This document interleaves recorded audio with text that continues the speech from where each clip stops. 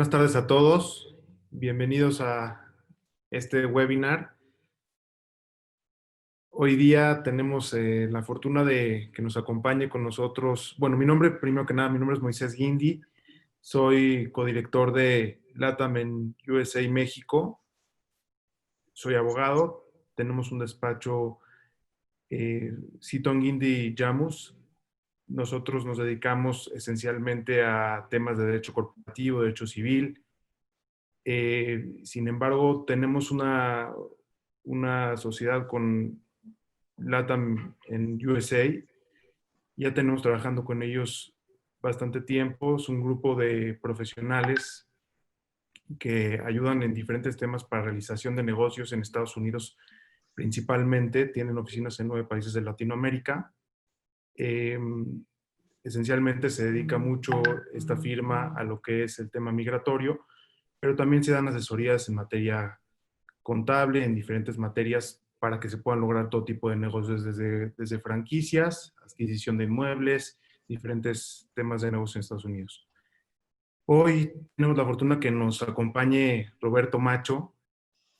Bienvenido, Roberto. Es socio titular de UHY Macho y Asociados. Es especialista en temas de impuestos multijurisdiccionales, lo que nos va a permitir que nos pueda compartir Roberto hoy cómo es que funciona la situación de un individuo o de una empresa en relación a los impuestos en cada lugar, esencialmente en Estados Unidos. Nos va a platicar un poco de qué implica ser residente fiscal en Estados Unidos, qué factores son los que inciden en que un extranjero sea considerado residente fiscal en Estados Unidos. En relación a los negocios impuestos en esta época de la pandemia que nos está tocando vivir y qué es lo que va a pasar después, y un poco de lo que corresponde a los programas de estímulos gubernamentales en Estados Unidos. Esencialmente esos son los temas que tenemos en la agenda el día de hoy. Me da mucho gusto presentarles a Roberto, y sin más, Roberto, te dejo el micrófono para que nos puedas platicar de estos temas. Bueno, muchas gracias, Moisés, por la presentación y buenas tardes para todos. Aquí estamos con mucho gusto, como siempre, poder dar una plática para el pueblo mexicano. Lamentablemente, dadas las circunstancias que vivimos, ahora se impuso la virtualidad y lo estamos haciendo en forma remota, pero estoy seguro que dentro de no tanto tiempo, y espero que dentro de no tanto tiempo pueda estar nuevamente en suelo mexicano y hablando personalmente con todos ustedes. Así que bueno, esto es lo que nos toca hoy, como decía, esta virtualidad, pero bueno, por suerte la tecnología que tenemos nos permite llevar esto adelante de todas maneras, y ojalá que ayude a ustedes que están interesados por conocer un poco más sobre los impuestos en Estados Unidos, a acercarse más a este tema, quizás tenerle un poco menos de miedo. Yo encuentro muchas veces, a través de los años de practicar la profesión y la firma nuestra, que hay mucho temor con respecto a los impuestos en Estados Unidos. Y siempre se dice la famosa frase: Al Capone fue a la cárcel no por los crímenes que cometió, sino por haber evadido impuestos. Si bien eso es cierto, genera como un halo de mucho temor los impuestos en Estados Unidos. Entonces, en la primera parte, mi objetivo de esto es tratar de desmitificar un poco esta imagen que se tiene. Y no tratando de decir algo que no es, simplemente expreso lo que después de muchos años de practicar la profesión aquí y especializarme en el tema de impuestos, siento que es la manera en la cual uno tiene que tener el abordaje a los impuestos de Estados Unidos. En general, no es tan grave como mucha gente se lo imagina. Dicho esto, el objetivo entonces de esta plática es acercarlos al tema de impuestos en Estados Unidos. Obviamente la idea es hablar 35 minutos y después vamos a dejar abierto a cualquier pregunta o cualquier comentario que tenga la gente que está escuchando, y estoy feliz de poder contestar en todo lo que esté a mi alcance. Pero el objetivo fundamental es que por lo menos, no es que de aquí van a salir, lógicamente en media hora, 40 minutos, no van a salir expertos en impuestos de Estados Unidos, pero al menos lo que va a suceder es que ustedes sepan algunas cosas básicas que les permitan estar alerta porque muchas veces uno, simplemente por desconocimiento, comete errores, y el objetivo de esta plática es justamente evitar, por lo menos, los errores más groseros que se cometen cuando uno emprende un negocio en los Estados Unidos, o bien decide emigrar a los Estados Unidos. Dicho esto, vamos a empezar con lo que dije al principio, que es hablar un poco, en términos muy generales, de los impuestos en Estados Unidos para tratar de desmitificar o de perderle un poco el miedo que se le tiene al sistema tributario americano. Este es un gráfico que a mí me parece bastante elocuente. Vamos a ver un par de gráficos, no mucho más que esos, pero que me parecen bastante elocuentes para determinar qué implica los impuestos para un americano viviendo en los Estados Unidos. Insisto, viviendo en los Estados Unidos, luego veremos qué es lo que pasa para los extranjeros. Y este gráfico, para que se dé una idea, lo que hace es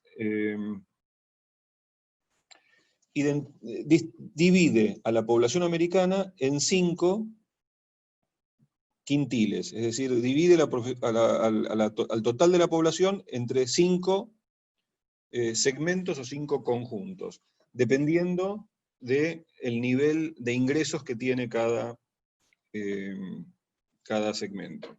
Entonces vemos que en el segmento que menos baja, lo que dice el más bajo, el quintil más bajo, perdón, la tasa efectiva de impuestos que se paga, si ustedes vivieran aquí y están con ese nivel de ganancias, sería solamente del 3.9%. Y así voy subiendo. Fíjense que a medida que los quintiles van representando conjuntos de gente que aumenta su ingreso, la tasa efectiva de impuestos va subiendo. Hasta que llegamos al quinto más alto de gente en Estados Unidos. Imagínense, el quinto de la población que más gana. Esos pagan una tasa que es aproximadamente del 25% tasa efectiva de impuestos. ¿Cómo se determina tasa efectiva? Es el total de la ganancia que tiene una persona y cuánto es lo que efectivamente saca del bolsillo para pagar impuestos. Eso es la tasa efectiva de impuestos. No son los segmentos, no es la escala progresiva que ustedes seguramente, porque en México es igual, estarán acostumbrados a ver, que digamos, cada bracket, cada segmento va grabado una tasa. No, la tasa efectiva es cuánto yo realmente saco del bolsillo con respecto a lo que gane. Esa es la tasa efectiva. Ahora, lo interesante de esto es que si ustedes se fijan, en este que está fuera, fíjense que acá hay una línea, en este que está fuera de los quintiles, esto representa el 1% que más gana en Estados Unidos. Imagínense que estamos hablando de la principal economía del planeta, porque más allá de que obviamente hay países muy poderosos económicamente, y muchos dicen China, pero todavía China, que es el número 2, está muy lejos de Estados Unidos. Para que se den una idea, está algo menos de 10 puntos de PBI con respecto a la participación del PBI mundial, si lo comparo con Estados Unidos. Entonces, sigue siendo la economía más fuerte del planeta. El 1% que más gana de Estados Unidos paga una tasa del 32% efectiva. Si ustedes lo comparan esto con, no solamente con México, sino con prácticamente toda Latinoamérica, Europa, inclusive muchos países asiáticos, es una tasa más que razonable. Y me atrevería a decirles que del mundo desarrollado, Estados Unidos es el país que tiene las menores tasas de impuesto a la renta. Entonces, esto es lo primero que quería ejemplificar con esta imagen. La segunda imagen es una tasa que es un gráfico que también me parece bastante elocuente, y simplemente demuestra hablamos recién del mundo desarrollado, elige algunos países del mundo de lo que se llaman países desarrollados, y compara lo que es la carga impositiva con respecto al Producto Interno Bruto de cada país, es decir, el total de generación de productos y de servicios de la economía, cuánto es lo que se llevan los impuestos. Si ustedes ven, en Estados Unidos, si yo comparo el Producto Bruto Interno de Estados Unidos con lo que se llevan los impuestos ascienden solamente al 26%. Cuando comparo esto con otros países desarrollados, y acá tengo Canadá, Japón, Gran Bretaña, Alemania, Italia, Francia, fíjense que en todos los casos está muy por encima, y obviamente lo que es Europa occidental, sacando de lado la Europa insular, Gran Bretaña, es sensiblemente más alto. Fíjense que estamos hablando en Alemania el 37%, en Italia el 43%, y en Francia, como ustedes saben, por el tipo de Estado benefactor que tiene, llega a ser el 46% del Producto Bruto Interno. Esto significa que Francia genera una serie de productos y servicios, en definitiva, ingresos, y el Estado se lleva prácticamente el 50% de lo que genera Francia, mientras que en Estados Unidos se lleva más o menos un cuarto. Eso es más o menos lo que dice este gráfico, eso es lo que se llama presión tributaria. Por último, un tema que hay que considerar es que en este mapa que reconocerán en Estados Unidos, con diferentes colores y dividido por estados, algo que es una de las primeras cosas sobre las cuales quiero alertar. Cuando ustedes hablan del impuesto a la renta que se paga en los Estados Unidos, tengan en cuenta que al menos, hay dos impuestos a los cuales hay que prestarle atención. El primero de ellos es el impuesto federal. Ese impuesto federal se paga en cualquier estado en el cual uno esté, porque justamente abarca a todo el país. Y luego están los impuestos a la renta a nivel estadual, porque a su vez cada estado tiene la potestad de fijar sus propias normas impositivas y tiene su propio código impositivo. Entonces cada estado puede, a su vez, a sus residentes fiscales o a las personas que no son residentes fiscales en ese estado, pero que están haciendo negocios en ese estado, las pueden gravar con un impuesto a la renta estadual. Lo que quiere decir este gráfico es, cuanto más claro es el estado que ustedes ven allí, menos es la presión tributaria. Cuanto más oscuro es el estado, es más alta la presión tributaria. Por eso, si ustedes ven, aquí tienen estos 6 estados, como los ven en grises, estos 6 estados. Esos 6 estados están en gris porque no tienen impuesto a los individuos, no estoy hablando de corporaciones, a los individuos a nivel del estado. Es decir, si ustedes viven en Texas o viven en Florida, por ejemplo, ustedes van a pagar, por supuesto, el impuesto federal, pero no van a pagar el impuesto estadual. No hay impuesto en la Florida, no hay impuesto en Texas, no hay impuesto en Nevada, etc. Sin embargo, los más oscuros, fíjense que California está como uno de los más oscuros, son los estados que más gravoso impositivamente son. Uno de ellos es California, por eso habrán escuchado que California es un estado muy, muy oneroso, muy caro para hacer negocios y para vivir. Justamente por eso, fíjense que la tasa estadual de impuestos asciende al 13.3%. Estamos hablando de una cifra bastante alta. En general, yo me atrevería a decir que California y Nueva York son los estados más onerosos en términos impositivos. Si bien, si ustedes ven aquí, Nueva York dice 8.82%, pero acá hay otro tema al cual uno tiene que alertar, sobre todo porque dentro de Nueva York, por supuesto, está la ciudad de Nueva York, propiamente dicha, es que en Nueva York, si ustedes están dentro de la ciudad de Nueva York, hay 3 niveles de impuestos, no solamente 2. Está el federal, del cual ya hablamos, está el estadual, que como dice aquí se lleva el 8.82% de la renta, pero también hay un impuesto a la renta de la ciudad de Nueva York, que sumados llegan a compararse prácticamente con este 13.3% que tiene California. Es decir, digamos que en las dos puntas de los Estados Unidos tenemos los estados más caros impositivamente, que de una u otra manera es el reflejo también de lo que sucede con el costo de la vida en cada uno de esos estados. Sabemos que son estados muy caros. San Francisco es tanto o prácticamente más caro que Nueva York, en cuanto a, por ejemplo, lo que es bienes raíces y demás. Entonces ese es el otro tema que yo quería mencionar. Tengan en cuenta que si ustedes deciden venirse a los Estados Unidos, o bien deciden hacer un negocio en los Estados Unidos, dependiendo de dónde van a residir ustedes o dónde van a hacer los negocios, van a tener quizás que afrontar un nivel de impuestos a la renta a nivel estadual. El tercer y último gráfico, bueno, en realidad no hay tercer y último gráfico, es el que les acabo de decir, sino lo que quería hablar ahora, entonces, es impuestos federales. Obviamente no vamos a poder hablar de impuestos estaduales, por la sencilla razón de que hay 50 estados en los Estados Unidos, y cada estado tiene su propio código de impuestos. Es decir, no es que el estado de Nueva York o el estado de California tienen el mismo código y solamente graban a los residentes bajo una misma regulación. Las regulaciones son todas diferentes, son 50 códigos de impuestos literalmente diferentes. Por eso es tan complejo el tema de los impuestos a nivel estadual, porque dependiendo de cada estado hay que estudiar cómo es la normativa y tienen sus deducciones y tienen sus particularidades y sus regulaciones especiales. Entonces, obviamente no vamos a abordar eso. Eso será un tema que, en el caso de que ustedes decidan hacer un negocio o trasladarse a un determinado estado, sí ya tienen el alerta, saben que tienen que hacer la consulta respectiva para ver cómo les impacta eso impositivamente.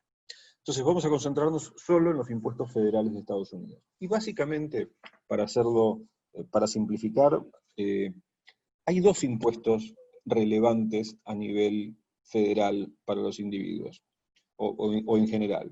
Uno es el income tax, que no es ni más ni menos que el impuesto a la renta, como se conoce en México. Grava la renta neta, y este es un tema que no es menor, grava la renta neta, no se grava la renta bruta, entonces solo voy a pagar impuestos en la medida que haya ganado dinero. Si no gané dinero, no voy a pagar impuestos a renta, lógicamente. Y está grabado a una escala progresiva, que comienza en el 10% y termina en el 37%. Obviamente, cuando digo progresiva, es que cada escala va grabada a la tasa que le corresponde a esa escala. Por eso después hablamos de qué es la tasa efectiva. La tasa efectiva es la tasa real de impuestos, dividiendo el total de impuestos pagados por el total de ingresos. Y esta escala progresiva del 10 al 37% se aplica a individuos. Si hablásemos de corporaciones, ya no hay escala progresiva, luego de la reforma de Trump, ante la vía, luego de la reforma de Trump, se puso una tasa fija del 21%. Entonces las corporaciones americanas van a pagar el 21% de impuestos. Ustedes dirán, bueno, pero entonces ¿por qué no hago negocios a través de una corporación? Bueno, no es el tema quizás de esta plática, pero si hay tiempo luego les explicaré cuáles son las consideraciones que uno tiene que tener en cuenta cuando arma una entidad y por qué algunas convienen y a veces no, a pesar de que la tasa es inferior. Por otro lado, está el gift y estate tax. El gift y estate tax, en la traducción de esto, es el impuesto al regalo, y muchas veces se confunde, porque quienes manejan inglés saben que estate, la traducción más precisa de estate al español sería patrimonio. Sin embargo, en los Estados Unidos no existe impuesto al patrimonio. Ustedes pueden tener cualquier fortuna que hayan podido ganar o heredar a lo largo de su vida, y eso no va a pagar ni un centavo de impuestos. Sí va a pagar, por supuesto, cualquier renta o cualquier ingreso que esa fortuna genere, pero no el patrimonio por sí mismo. Sin embargo, lo que sí existe es este impuesto que se llama estate tax, que se dispara cuando hay una transferencia a título gratuito. Es decir, por eso se llama impuesto al regalo o impuesto a las donaciones e impuesto al patrimonio. ¿Y cuándo se genera una transferencia a título gratuito? Bueno, obviamente cuando hay un regalo, cuando hay una donación, hay una transferencia a título gratuito, y en ese caso se dispara el impuesto.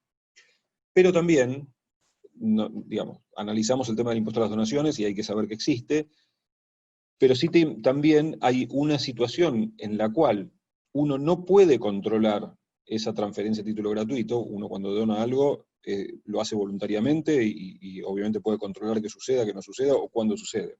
Pero lo que uno no puede controlar es cuando alguien fallece. Y cuando alguien fallece se produce una sucesión o una transmisión a título gratuito de patrimonio de quien ha fallecido a sus herederos. Eso es el estate tax. Esa transferencia a título gratuito también queda grabada. O sea, estate tax, en realidad, la mejor manera de traducirlo sería impuesto a las sucesiones o impuesto sucesoral. Y la escala no es menor, porque es una escala progresiva que oscila entre el 18 y el 40%, si bien en general se dice es el 40%, porque muy rápidamente salta del 18 al 40%. Por eso en general cuando uno dice cuánto es el impuesto, cuánto es la tasa de impuesto a la herencia en los Estados Unidos, uno rápidamente contesta el 40%.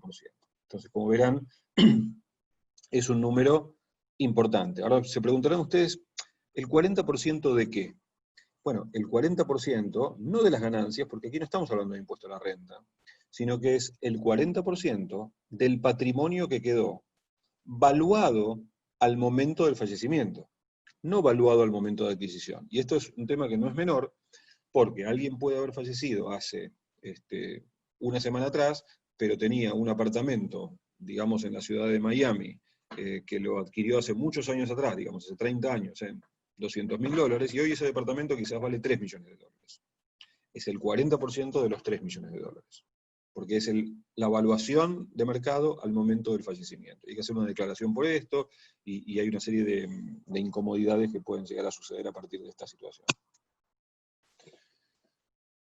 Entendido esto, que son los dos impuestos a los cuales hay que enfrentarse y hay que tener en cuenta, lo importante es determinar cuál es la condición que tiene la persona con respecto a cada uno de estos dos impuestos.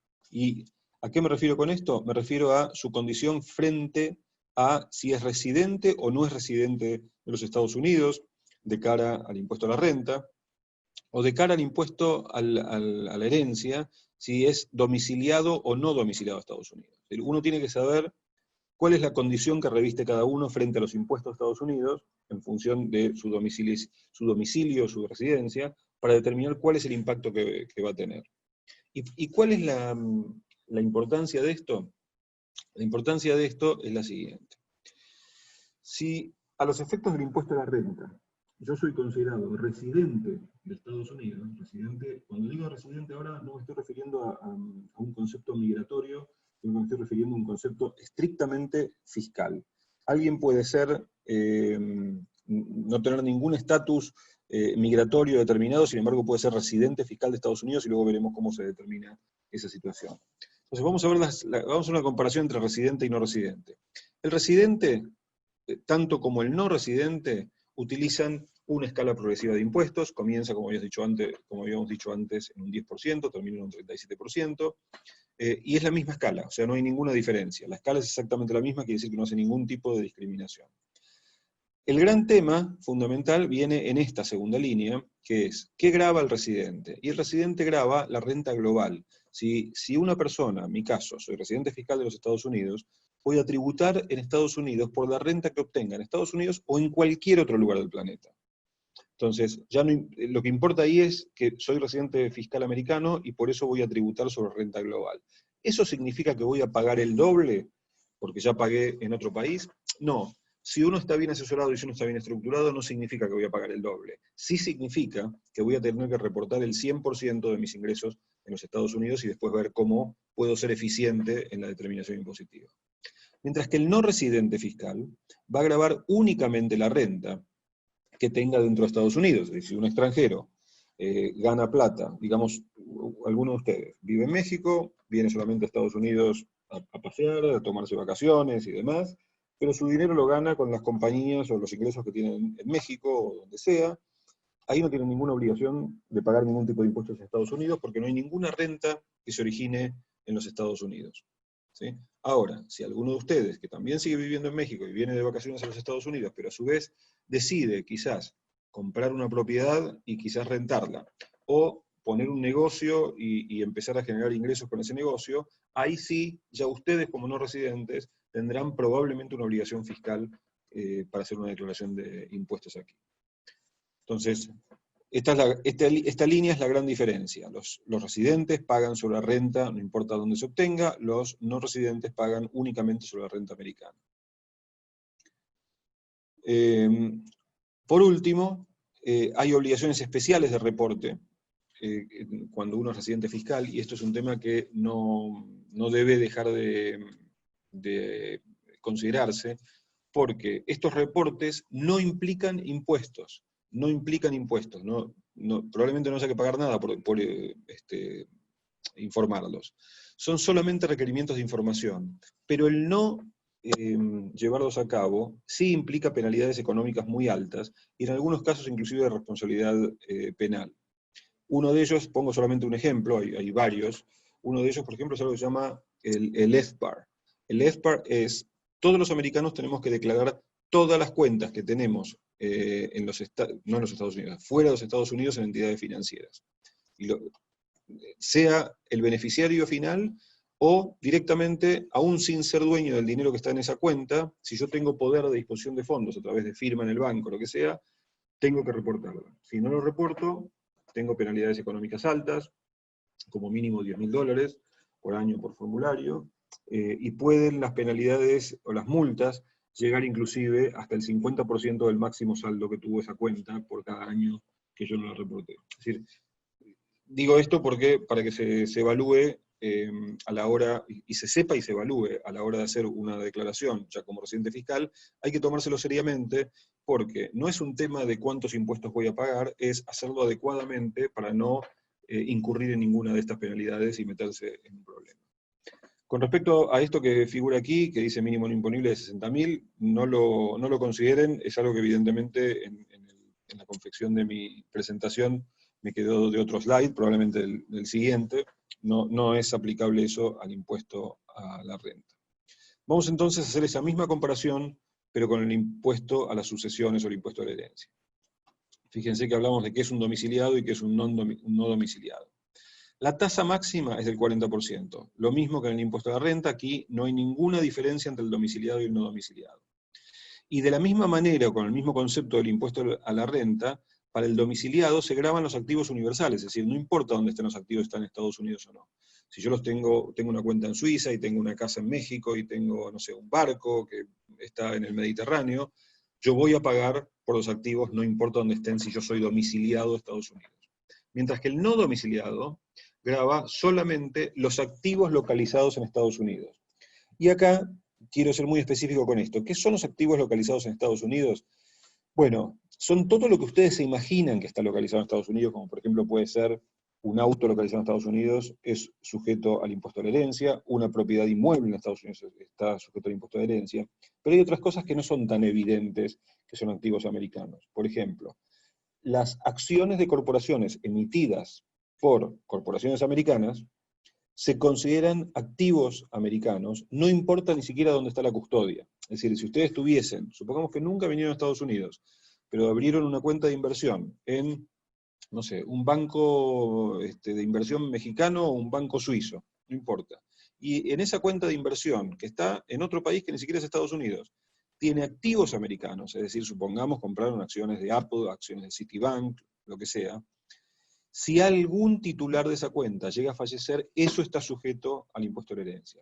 Y ustedes me pueden decir, bueno, pero ¿cómo se entera los Estados Unidos de que eso sucede? Bueno, primero es la obligación de ustedes reportar, pero más allá de que es la obligación de ustedes, por una serie de convenios y obligaciones que hay, los bancos se ven obligados a reportar que hay un fallecido y van a tener probablemente que bloquear esa cuenta. Entonces, aquellos que consideren, en función de esta breve plática, que tienen activos americanos, busquen asesoramiento para armarse adecuadamente. Los extranjeros tienen algunas facilidades para poder evitar este impuesto, más que los americanos. Y el tercer punto, que no es menor, es cuál es el mínimo no imponible, y acá es donde hay una diferencia sustancial. Para los que se consideran domiciliados en Estados Unidos, el mínimo no imponible es de 11.6 millones de dólares. ¿Sí? Es decir, hasta 11.6 millones de dólares por persona no va a pagar impuesto a la herencia si yo soy domiciliado en Estados Unidos. Mientras que si soy extranjero, solamente tengo un deducible o un mínimo no imponible de 60.000 dólares. La diferencia es sustancial. Cualquier persona que tenga extranjera, que tenga algo en los Estados Unidos, un auto algo caro ya supera los 60.000 dólares y quedaría sujeto a ese impuesto a la herencia. Estamos hablando, insisto, tasa máxima, 40%, es algo realmente a tener en consideración. Entonces, ahora hablamos de que es muy importante identificar cuál es mi condición frente al impuesto a la renta y cuál es mi condición frente al impuesto a la herencia, porque de acuerdo a eso, como vimos recién, implica cuál es el impacto impositivo que voy a tener y cuáles son los deducibles que voy a tener y demás, y sobre qué tengo que reportar. Entonces, vamos primero a determinar y a definir cuál es la residencia fiscal a efectos del impuesto a la renta. Y la residencia fiscal a los efectos del impuesto a la renta es totalmente objetiva. Con esto quiero decir que si uno se pudiese autoevaluar, que es lo que les voy a proponer ahora, ustedes mismos podrían definir si ustedes son o no son residentes fiscales para los Estados Unidos. Y la manera simple de hacerlo, digamos, mi traducción del Código de Impuestos americano a un autotest que se van a hacer ustedes, es lo que yo llamo las 4 preguntas. Porque si ustedes se hacen estas 4 preguntas, van a poder terminar este slide sabiendo si son residentes fiscales o no. La pregunta número 1 es, ¿usted es ciudadano de los Estados Unidos? Si usted es ciudadano de los Estados Unidos, y no importa dónde viva, o si alguna vez estuvo en los Estados Unidos, pero es ciudadano de Estados Unidos, usted es residente fiscal. Esta es una diferencia muy importante entre Estados Unidos y la mayoría de los otros países del planeta. Porque la mayoría de los otros países del planeta fijan residencia fiscal en función de la presencia territorial que tienen sus ciudadanos o los extranjeros. Es decir, voy a hacer, si alguno de ustedes tiene doble pasaporte, algún pasaporte europeo, no sé, español, italiano, lo que sea, se van a dar cuenta que ustedes, supongamos que si el pasaporte es español, ustedes no pagan impuestos en España si viven en México. Porque España, como la mayoría de los otros países, grava a sus ciudadanos solo si viven dentro del territorio español. No es el caso de Estados Unidos. Estados Unidos grava al ciudadano americano independientemente de donde viva. Otro país en el cual sucede esto de una característica política, llamaríamos opuesta a Estados Unidos, es China, precisamente, que grava a sus ciudadanos sin importar dónde residen. Entonces, si ustedes contestan sí a la primera pregunta, soy ciudadano de Estados Unidos, ya saben que son residentes fiscales. Si ustedes dicen, no, yo no soy ciudadano de Estados Unidos, viene la segunda pregunta. La segunda pregunta es, ok, ¿usted es residente permanente de Estados Unidos? Para decirlo en forma simple, ¿usted tiene Green Card? El Green Card es la validación de que son residentes permanentes de los Estados Unidos. No son ciudadanos, pero residen permanentemente en los Estados Unidos. Si ustedes dicen que sí, tienen Green Card, ustedes son residentes fiscales de Estados Unidos, y de vuelta, lo mismo que para un ciudadano, no importa dónde realmente residan. Porque hay casos donde hay gente que tiene Green Card, sin embargo vive afuera, porque hay inclusive un trámite formal que se puede hacer, que se llama un Re-Entry Permit, donde ustedes obtienen el Green Card, pero hacen un trámite con el IRS donde se los otorgan por 2 años, piden como una autorización para permanecer fuera de Estados Unidos por 2 años y eso puede ser renovable. Quiere decir que si ustedes tienen Green Card, son residentes fiscales de Estados Unidos.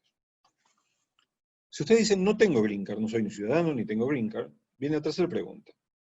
Y la tercera pregunta es, ok, dígame entonces, en el último año calendario, ¿cuántos días usted pasó en territorio americano? ¿Pasó 183 días o más en Estados Unidos? Si ustedes dicen que sí, ustedes son residentes fiscales americanos. O sea, si ustedes pasan 183 días o más en un año calendario en Estados Unidos, sin importar de si son seguidos o salteados, simplemente la cuenta total da 183 o más, ustedes son residentes fiscales americanos. Y hasta aquí, más o menos, en general la gente está más o menos al tanto. La norma de los 183 años aplica a muchos países, no solamente a Estados Unidos, es más o menos el mismo parámetro que se toma, así que no es una gran novedad el tema de los días que uno pasa, y generalmente mucha gente me dice, no, yo me cuido, nunca llego a 180 días y demás. Pero hay una cuarta pregunta, que a aquellos que les gusta el fútbol yo les llamo la ley del offside, porque es donde la mayoría se quedan atrapados. Y lo que dice esa cuarta pregunta es, ok, si usted me dijo que no pasa 183 días en un año calendario, dígame por favor los últimos 3 años. Y de los últimos 3 años, dígame cuántos pasó, si yo quisiera saber si en el 2020 soy residente fiscal o no, dígame cuántos días pasó en el 2020, multiplíquelo por 1. Dígame cuántos días pasó en el 2019, divídalo por 3. Y dígame cuántos días pasó en el 2018 y divídalo por 6. Si esa suma a usted le da 183 o más, usted es residente fiscal americano.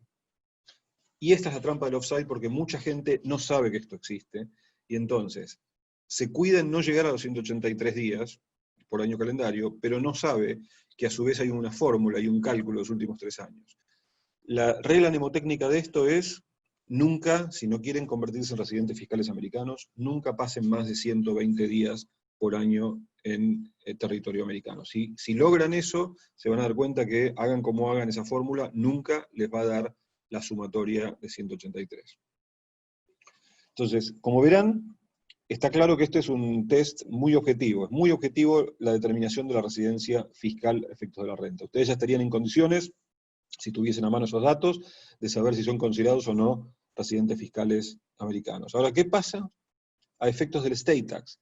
El criterio para determinar domicilio no es el mismo criterio que para determinar residencia fiscal. ¿Qué significa esto? Significa que quizás, como los criterios son diferentes, una persona podría ser residente fiscal de Estados Unidos y sin embargo no ser domiciliado de Estados Unidos. Entonces hay que tener un poco de consideración de esto y ahora veremos por qué. Los criterios para determinar domicilio a efectos del estate tax es básicamente cuál es la intención de permanecer indefinidamente en el país, los Estados Unidos. Si hay, obviamente esto es una valoración bastante subjetiva, porque estamos hablando de una intención, no es como antes que decimos, bueno, dígame los días que estuvo, mire el pasaporte y se terminó. Por lo tanto, esto está basado en lo que los americanos llaman facts and circumstances. Es decir, yo tengo que probar, yo soy el IRS, voy a tratar de probar que usted es o que no es domiciliado, y usted tratará de probar lo que considere que es, si eso no es domiciliado. Y está basado en esos hechos y circunstancias. Y hay una serie de cuestiones que hay que valorar en este sentido. Dentro de los factores a considerar es la manifestación de la intención, y la manifestación de la intención, por ejemplo, cuando uno, de vuelta, ninguno de estos es definitorio, de estos ítems que puse como ejemplo acá, pero sí, para un lado, puede inclinar la balanza para un lado o para el otro. La manifestación de la intención. ¿Cuándo uno manifiesta una intención, por ejemplo, con el Estado americano? Cuando tramita una visa. Cuando tramita una visa, por ejemplo la de turista, la más básica de todas, o una visa inclusive de estudiante, o una visa de trabajo, esas son visas de no inmigrante. Entonces, una de las condiciones de la visa de no inmigrante es que esa persona tiene la intención de volver a su país de origen una vez que esa visa expire. Esa es una manifestación concreta de intención. Cuando ustedes aplican la visa de turista, por ejemplo, que es la que la mayoría de ustedes seguramente tiene, ustedes se dan cuenta o no se dan cuenta, pero en algún lugar van a poner que sí, que efectivamente ustedes tienen la intención de volver a su país una vez que esa visa está expirada o cuando no estén dentro del rango que pueden estar en los Estados Unidos. Eso es una valoración que uno puede hacer a los efectos de soportar el hecho de que uno no es domiciliado en Estados Unidos. El Green Card, por el contrario, es un elemento que inclina la balanza para el otro lado. Yo tengo residencia permanente inmigratoria en Estados Unidos, tengo un Green Card. Quiere decir que en algún momento, si yo soy un lawful permanent resident, hice una manifestación de mi intención de permanecer permanentemente en los Estados Unidos. Eso inclina la balanza para el otro lado. ¿Qué quiere decir? ¿Que si yo tengo Green Card, necesariamente voy a ser considerado domiciliado? No necesariamente, porque hay varios factores que entran en juego. La duración de la residencia en los Estados Unidos, si una cosa es un Green Card que acabo de obtener, otra cosa es un Green Card que hace 20 años que vivo aquí, el estilo de vida que tengo en los Estados Unidos y en el exterior, si tengo Green Card, pero en realidad mi familia sigue estando en México y mis hijos siguen yendo a la escuela en México y mi centro principal de negocio está en México, bueno, podría argumentar que quizás no sea domiciliado en los Estados Unidos. ¿Cuáles son en definitiva los vínculos con el país de origen? El lugar donde se encuentran los negocios, que es lo que mencionábamos recién. ¿Dónde yo tengo mi comunidad? ¿A qué clubes estoy afiliado? ¿Dónde estoy registrado para votar? ¿Dónde tengo la licencia de conducir? Todas estas son pautas que hay que medir. Como verán, no hay nada que sea concluyente, porque cuando hablamos de hechos y circunstancias, lo que se valora es justamente la conjunción de todos estos hechos. Entonces, esto es algo que ustedes tienen que tener en cuenta a la hora de determinar o de decidir o tomar determinadas decisiones con respecto a cómo van a encarar el proyecto que tengan con Estados Unidos, ya sea mudarse o ya sea eventualmente hacer negocios con Estados Unidos. Pero ustedes, y quiero dejar esto para lo último, antes de que se haga muy larga la plática, tienen una ventaja muy importante con respecto a la mayoría de todos los otros países de Latinoamérica. Cuando me refiero a ustedes, me refiero a México. Y es que solamente hay 2 países latinoamericanos con los cuales Estados Unidos tiene tratado para evitar doble imposición. Uno es México, no es ninguna sorpresa para ustedes porque seguramente la mayoría de ustedes lo conocen, y otro es Venezuela. Muchos de ustedes dirán, paradójicamente Venezuela, con la situación política que se vive desde hace varios años. Sí, bueno, evidentemente es un convenio muy antiguo, que está vigente y que no está de ninguna manera derogado por ninguno de los 2 congresos, y que tiene que ver con la incidencia económica que tenía Estados Unidos en Venezuela, fundamentalmente por el negocio de energía, el negocio del petróleo. Entonces, ¿y por qué digo que ustedes tienen una ventaja muy importante? Esto no es necesariamente porque si alguien que va de Colombia a los Estados Unidos, y como Colombia no tiene convenio, está en peores condiciones que ustedes a la hora de tributar los impuestos. No es tanto por eso, porque aun cuando venga de Colombia, y si tiene negocios en Colombia, va a poder seguir acreditándose el impuesto pagado en el exterior, en la medida que Estados Unidos considere que eso es renta de fuente extranjera. sino porque el convenio para evitar la doble imposición genera algunos beneficios que a mi criterio son importantes. Algunos son financieros. Por ejemplo, el hecho de que se reducen las tasas de retención que efectúa Estados Unidos a un residente fiscal de un país con el cual tiene tratado, en este caso México, se reducen sustancialmente. Vamos a poner un ejemplo. Por ejemplo, la distribución de dividendos de una corporación americana a un extranjero, por default, es del 30%. Por default es del 30%. Mientras que esa distribución de dividendos, si se le hace a un residente fiscal de un país con el cual tenga tratado, se debe aplicar la norma del tratado. En el caso de México, dependiendo de la participación que tiene, es del 10%. O sea, de un 30%, la retención bajó a un 10%.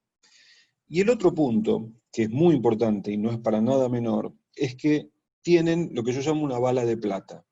La bala de plata es la siguiente. Recuerdan que hace unos minutos atrás hablábamos de lo que era la residencia fiscal de Estados Unidos, y que si yo me pasaba más de 183 días por año, yo inexorablemente me iba a quedar como residente fiscal americano. La bala de plata que tienen ustedes como mexicanos, con convenio con Estados Unidos, es utilizar los beneficios del tratado.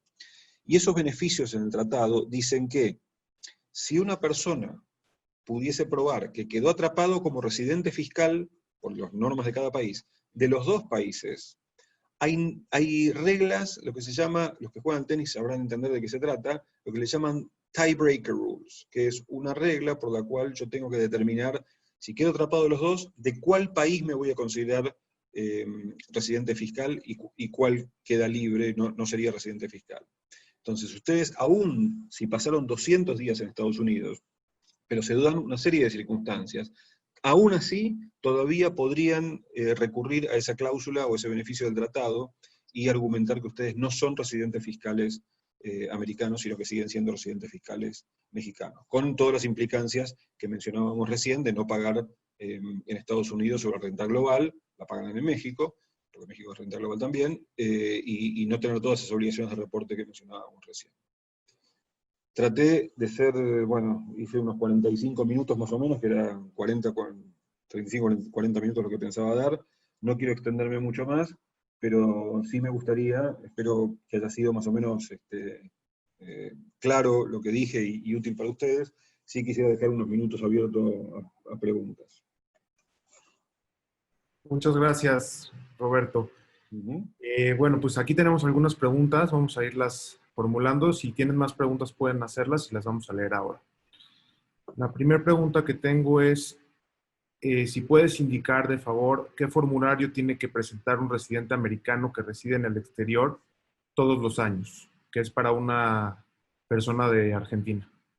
Ok, bueno, el formulario que tiene que presentar es el mismo formulario que presenta un americano que vive aquí en Estados Unidos. Como decía, reviste la misma calidad. Hay muy pequeñas diferencias. El formulario es el 1040. Es el formulario 1040, que es el formulario de declaración de impuestos a las rentas para individuos. Ese es el formulario que tiene que presentar. Además de, ese 1040 es el formulario madre. Luego, dependiendo del patrimonio, de los ingresos y demás, hay otros formularios que complementan, pero el formulario básico es el 1040.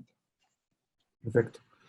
Luego nos preguntan, una persona que tiene una LLC en Florida y compró propiedades en otro estado para arrendar y vender, ¿cómo funcionan los impuestos y qué aplica?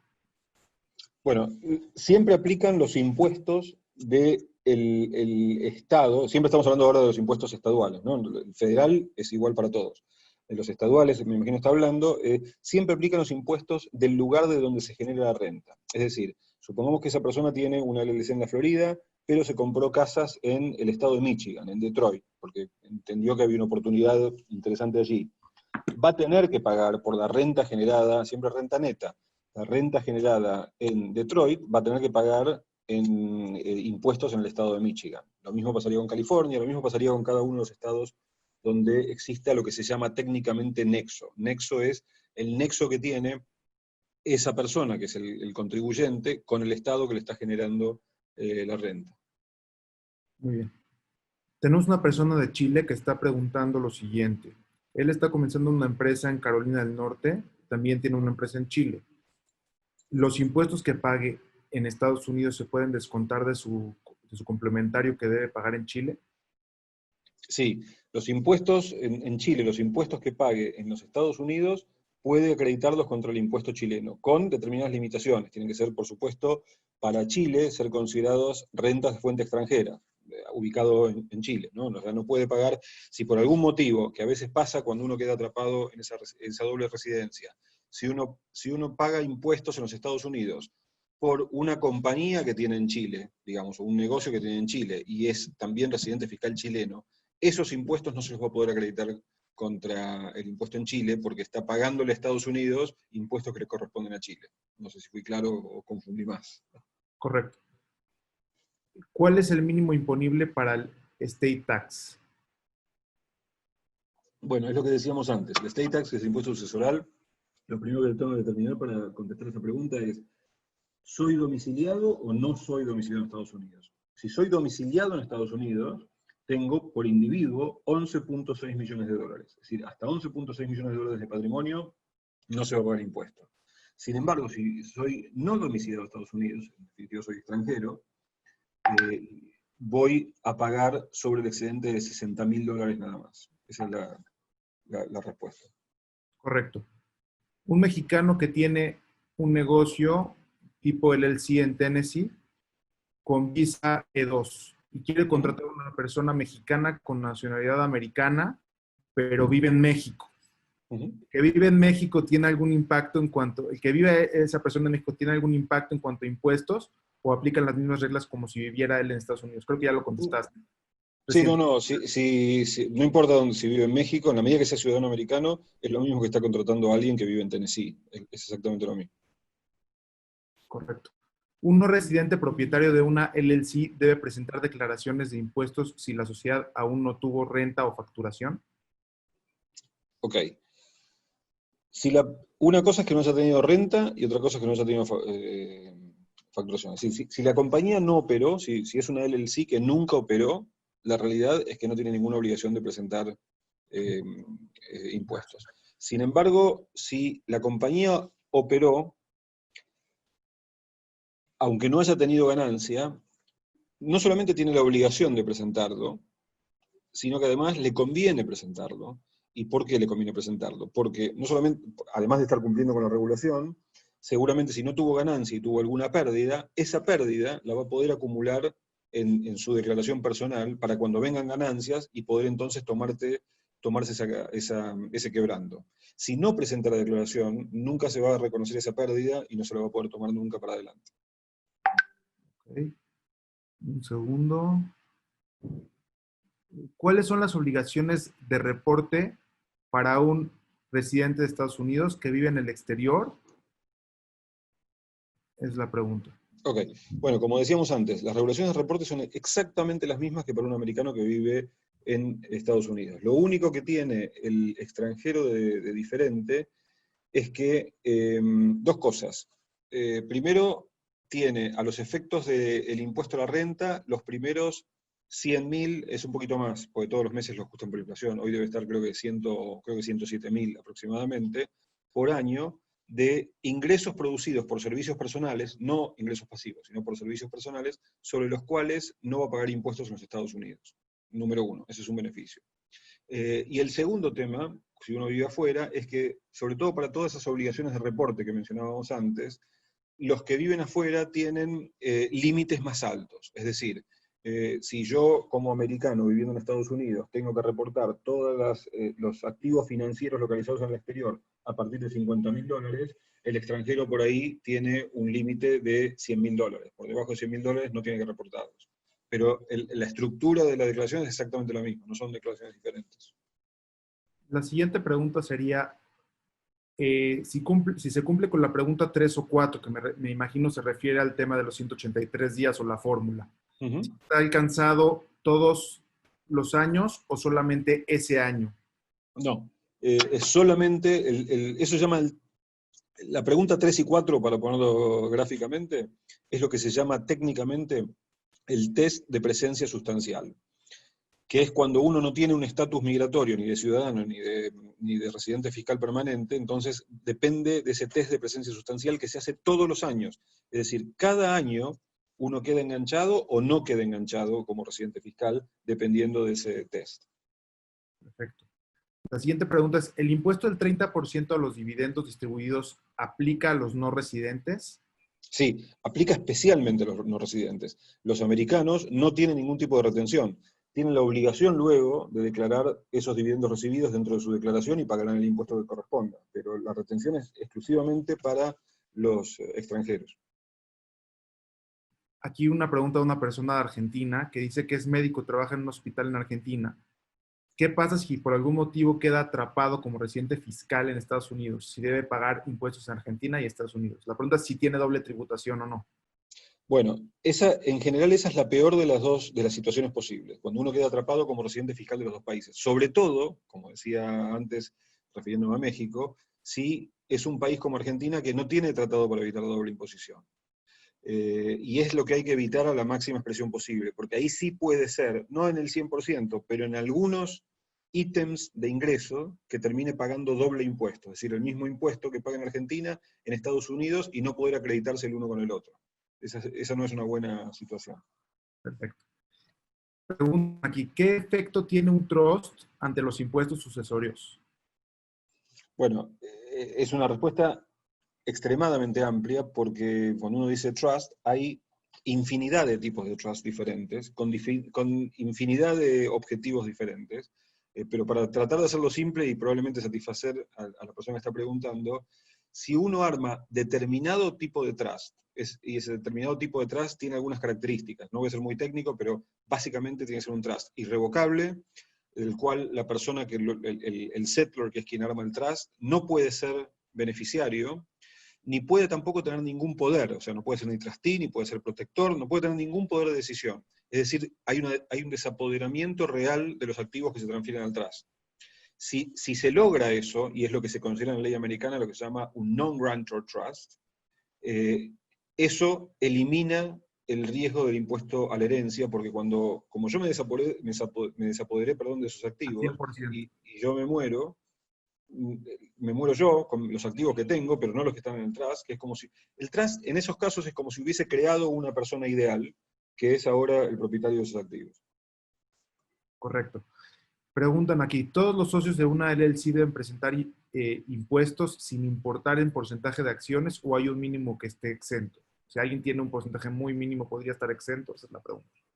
Pero reportarlo como, a ver de vuelta la pregunta, a ver si puedo La entender pregunta bien. es, ¿todos los socios de una LLC deben presentar impuestos sin No, importar el sí, porcentaje de acciones? sí, todos los socios tienen que presentar impuestos sin importar. Pensé que estamos hablando se me confundió cuando dijo acciones, porque técnicamente la LLC no tiene acciones. Las corporaciones tienen acciones, las LLC tienen participaciones o unidades o como lo queramos llamar.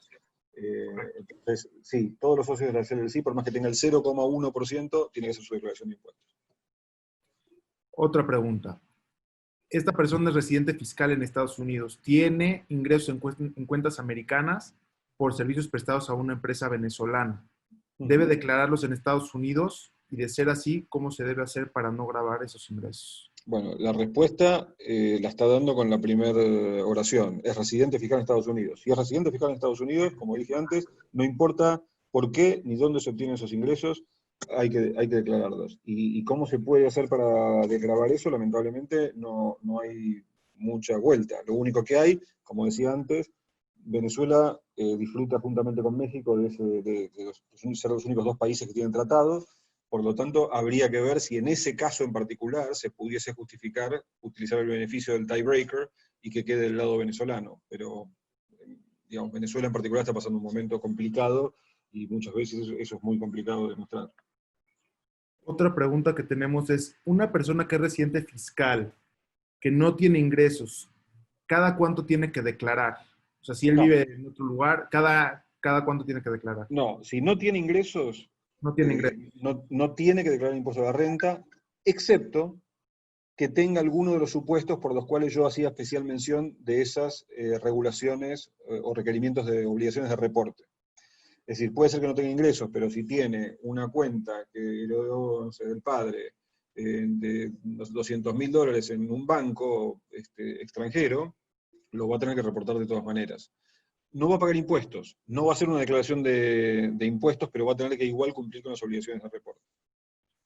Otra pregunta similar. Dice, mi esposa es una ciudadana americana y ella no recibe, no tiene ingresos en México, pero yo muchas veces le deposito algún dinero en su cuenta para su gasto corriente. ¿Ella tiene que declarar en Estados Unidos o no? Ella es americana. Ella es americana, pero no genera ingresos, simplemente su esposo le hace depósitos para gasto corriente en una cuenta a su nombre.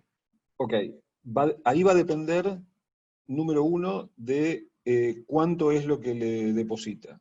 En general, los ciudadanos americanos que reciben regalos o donaciones de extranjeros lo pueden hacer sin ningún tipo de impuestos, pero si exceden los $100.000 por año de haber recibido regalos, tienen que reportarlo. Sí, insisto, no implica impuestos, pero tiene que reportar, decir, presentar con su declaración, o no declaración, lo que sea, decir, yo recibí más, hay un formulario especial, recibí más de $100.000 en este año. Ok, otra pregunta por acá. Si los bienes de una familia residente fiscal en Estados Unidos están a nombre de una empresa y uno de los dos muere, ¿pagarían impuesto de sucesión? Ok, primero hay que aclarar alguna cosa. Ahí dice, si los bienes de una familia que es residente fiscal de Estados Unidos, primero hay que determinar cuál es su condición, no con respecto al impuesto a la renta, sino con respecto al impuesto a la sucesión. ¿Es domiciliado o no es domiciliado?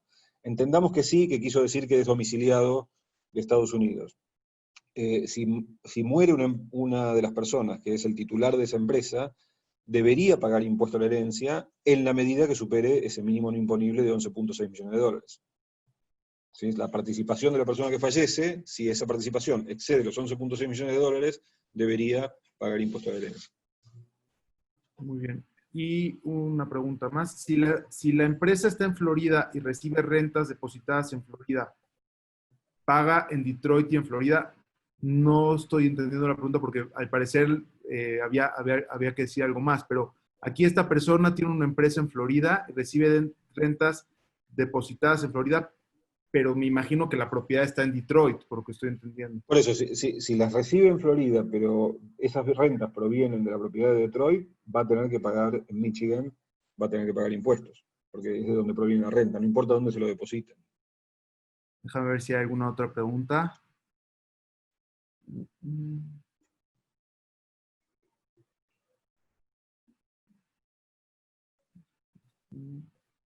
Un segundo. Dice que tiene algunas inversiones en acciones en Estados Unidos y desea formar una compañía para proteger sus activos. Que si tiene una implicación abrir esa compañía en los estados que pagan menos impuestos. No, es que justamente para protegerlos, lo que nunca le aconsejaría es que abra otra empresa en Estados Unidos, porque estamos en la misma. Protegerlos, primero protegerlos de qué, protegerlos del impuesto sucesoral, si es impuesto de la herencia, no le sirve abrir una empresa en Estados Unidos, tiene que abrir una empresa fuera de Estados Unidos, y eso lo va a proteger. Si No, lo que claro. quiere es proteger de la contingencia, del liability y todo eso, bueno, ahí habrá que ver, no tiene que ver ahí, ese tipo de protección no necesariamente está atada al Estado en particular. Podría perfectamente abrir una empresa en Delaware, una LLC, o en Florida, o en cualquier país, en cualquier estado que no grave las LLCs, que es la mayoría, y no tendría ningún tipo de problema. Pero si se refiere específicamente al impuesto a la sucesoral, no le sirve como estrategia armar una empresa en Estados Unidos, tiene que ser una empresa en el exterior. Que si puedes, por favor, Roberto, repetir el tipo de trust ideal que mencionaste. El trust que se Sí, considera completamente. sí, en realidad no mencioné un tipo de trust, sino que mencioné cómo se denomina determinados trusts. Y lo que yo dije es que se llaman non-grantor trust. Eh, muy rápidamente y muy a 10.000 metros de altura, hay, como dije, infinidad de tipos de trust, pero hay como dos vertientes que son muy importantes de determinar. Primero, si es extranjero o doméstico. ¿Sí? Si es doméstico, significa que se considera tiene un tratamiento fiscal. Si es extranjero, tiene otro tratamiento fiscal. ¿Cómo se determina si es extranjero o doméstico? Se entiende que un trust es americano, es doméstico, solo si una corte americana tiene jurisdicción sobre las disposiciones de ese trust, y dos, quien toma las decisiones es americano. Es decir, se tienen que dar los dos para que sea doméstico. Un trust hecho en el estado de Florida, o Nevada, o Wyoming, o donde sea. ¿Sí? Obviamente una corte tiene jurisdicción, una corte americana tiene jurisdicción, se da la condición número 1. Pero resulta que el trustee es extranjero, es un trust extranjero, porque no se dan las dos condiciones en conjunto. Y luego de eso hay trusts, que son lo que se llama grantor o non-grantor. Grantor son todos aquellos que funcionan legalmente como trust, pero a los efectos impositivos se le asigna el ingreso o el activo al settler. Es como si el settler sigue siendo el dueño de los activos por más que los haya puesto en el trust. Y los non-grantor son aquellos que el settler se considera que se desprendió de sus activos y de sus ingresos, y ahora esa entidad que es el trust pasa a ser el sujeto de tributación. Correcto. Algo que creo que es muy fundamental, aquí hay dos personas que están preguntando si tienes algún paquete de costos fijos para llevar todo lo relacionado con lo contable durante un año. Sí, es que... Cada trámite y formulario se tiene que pagar por aparte. No. En general lo que nosotros hacemos con nuestros clientes es una propuesta a precio fijo en función de las regulaciones de cumplimiento que tiene. No hay un paquete que yo pueda decir, bueno, cobramos por esto tanto, porque depende de cada caso, depende qué es lo que hay que hacer. Entonces tratamos de hacer algo que sea a la medida de lo que esa persona necesita, ¿no? Que sea ni más ni menos, porque lo estaríamos desprotegiendo. Perfecto. Pues están los datos de Roberto en la presentación para que por favor tomen dato. De todas maneras, también estoy tomando dato de los correos electrónicos del registro para mandarles también la presentación. Cualquier situación estamos a sus órdenes, a las oficinas de México y en las de Miami, evidentemente también. Y a sus órdenes. Yo le agradezco muchísimo a Roberto su paciencia y su tranquilidad para exponer este tipo de cuestiones que a primera vista son bastante complejas, pero que acercándonos con los expertos nos damos dando cuenta que sí se puede llevarlo poco a poco a lo que se va necesitando y que cada caso en particular es diferente, ¿no? O sea, ahorita estamos viendo reglas generales, pero el que tenga alguna duda en particular, ahí están los datos de Roberto y por favor no duden en contactarlo también. Y yo les agradezco mucho su presencia en este webinar. Bueno, muchas gracias, Moisés. Para mí siempre es un placer estar con ustedes, contigo, con Fito, con Isaac cuando está presente, así que para mí es un gran placer y es un gran placer por haber sido de utilidad a la gente que nos está escuchando. Muchas gracias, Roberto. Bueno, Estamos al pendiente de todos y gracias por acompañarnos. no, por favor. Un abrazo y hasta la próxima. Hasta luego.